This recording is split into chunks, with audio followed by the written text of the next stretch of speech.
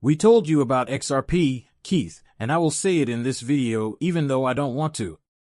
We've been discussing it, and we're going to display it for you at the bottom of the chart. We're going to examine it, having been thinking about it for a while.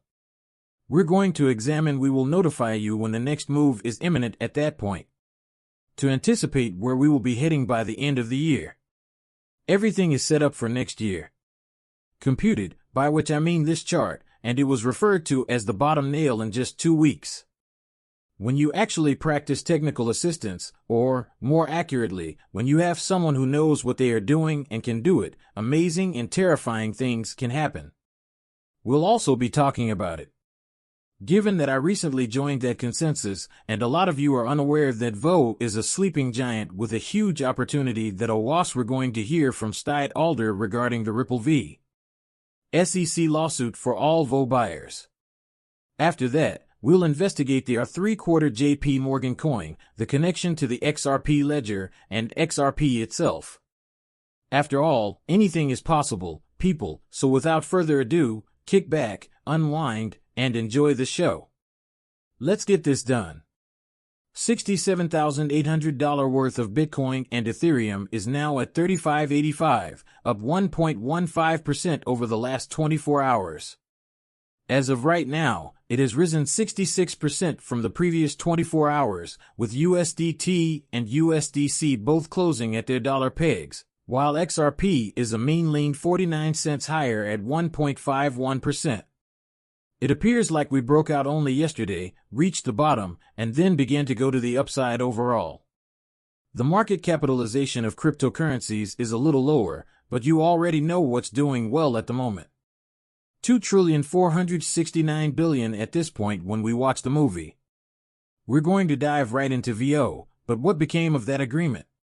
Just bring it up such that the chart is visible to all. Should refer back to the original VO call and inform folks that it is now necessary for them to take action.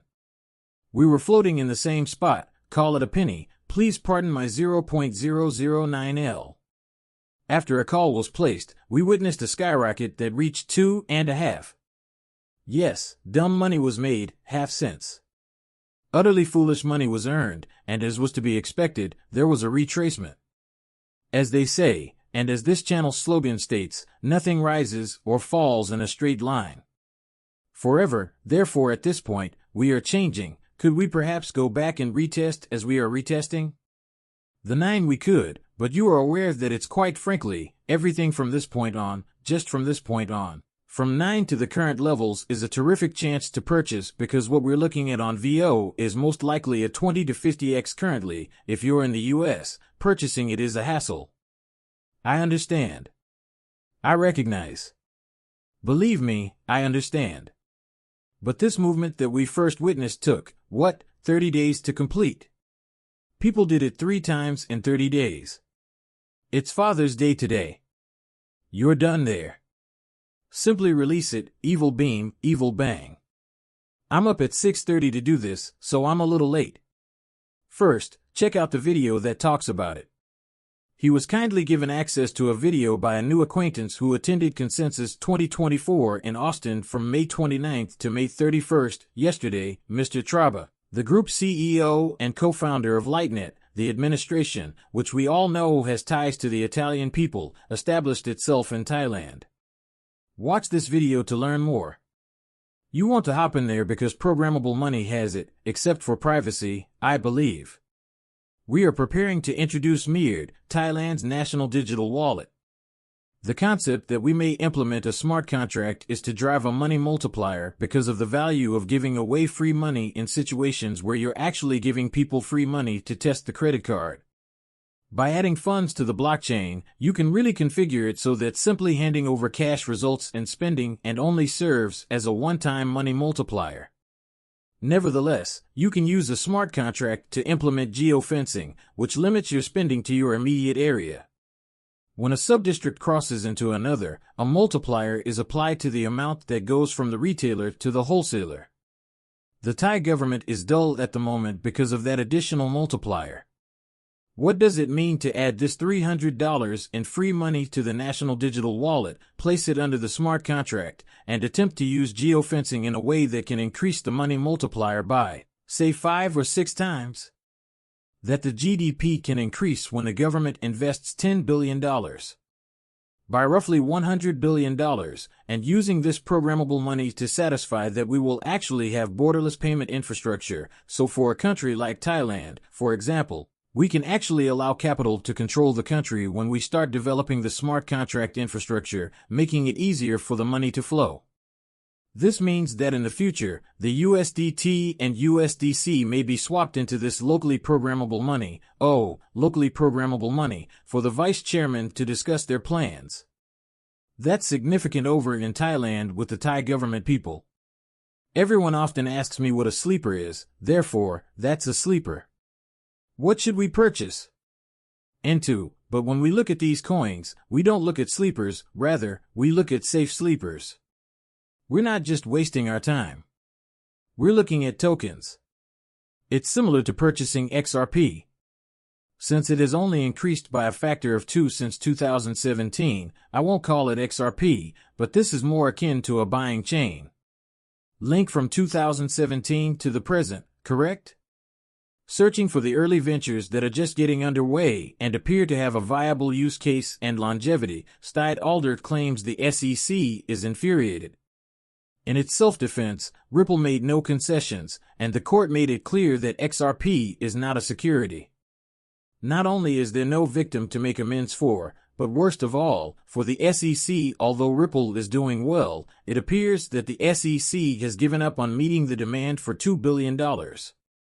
The SEC doesn't seek $2 billion, which is a plus. No longer you know, I guess they've finally woken up. They detected coffee aromas. You realize that it's almost over. This year, I would have to do it in Q3. You guessed it, there is an end to this. This offers us a clear path forward to 2025 when XRP will start to show results. This was released by Smoke. He has been coming out of a ton of amazing stuff lately. It is feasible during our 3 quarters. There will be an interaction between the JP Morgan coin and XRP. Its backing of XRP as the initial settlement mechanism is a significant step towards demonstrating the ability of the ecosystem created by the 2 most significant blockchain and cryptocurrency communities in the world to collaborate.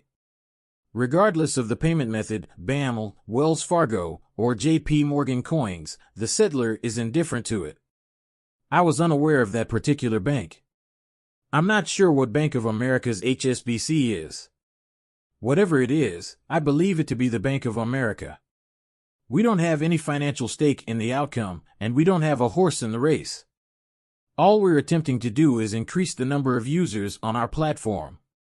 Our 3 CEO David Rutter stated that, right now, that is both fantastic and incredible. Due to JP Morgan's top regulatory affairs officer, guess what, Sandy O'Connor, she's also a member of the Ripple board. Intriguing, I know, I agree. When we get to this point, tell me about it. This is the chart that Keith recently released. Keith published this chart some time ago, and I have been spreading it ever since. I've been flattening it and showing it to you. You only need to know this chart, as I told you. This green, dotted line is visible. People, we showed you the other charts on this with the Bitcoin setup and the XRP setup with all other time frames at the bottom. He had this bottom identified as July.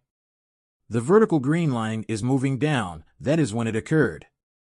Since the well says the center, the 24th was the bottom, pretty damn close, that is. He really hit rock bottom at the end of June, which is when it all started. 2 weeks ahead of Blue Zone, that's crazy. You're probably thinking, Ripple, what are we looking at, since it is absurd? This is what we're really looking at, and it's really simple, this blue box that you see. We're going to start working our way through this box very soon, I mean, within the next 30 days, once we enter it. That is your last chance, and we may not survive. Once this box breaks, we could stay within it for 30, 60, or 90 days, and then we're done. It has vanished, ignore it. Moment, all right, so we will now enter this. This is your last opportunity to load up. When that is finished, the areas you can see range from about 46 cents to the 60-cent objective. They are your load up zones. When we advance, we will attack 75 first, breaking it before flipping it. ATT, we're going to have a conversation. The higher we go before the end of the year, the more aggressive, pardon me, that $150 range. The more expensive it will be in 2025. In 2025, where can we possibly go? There isn't a specific target price. Surely none of us have locks. The lock for Bitcoin is at 160K. Since all of the data that has as of right now, XRP, we really don't have a lot of data because we haven't left the buy zone. Once we do, though, we will be able to narrow this down considerably, but I can assure you of that. Your goals would be anywhere from 3 to 650 if we do hold 75 cents and simply stay at 76 cents, right in that range, by the end of the year. The higher XRP gets by the end of this year, the higher we look in 2025 if, for some insane reason, we break the all-time high from 2020 to 2021, which is about $190 if we're looking at a double-digit XRP in 2025. If we reach up to $150, we're going to be looking at a higher objective.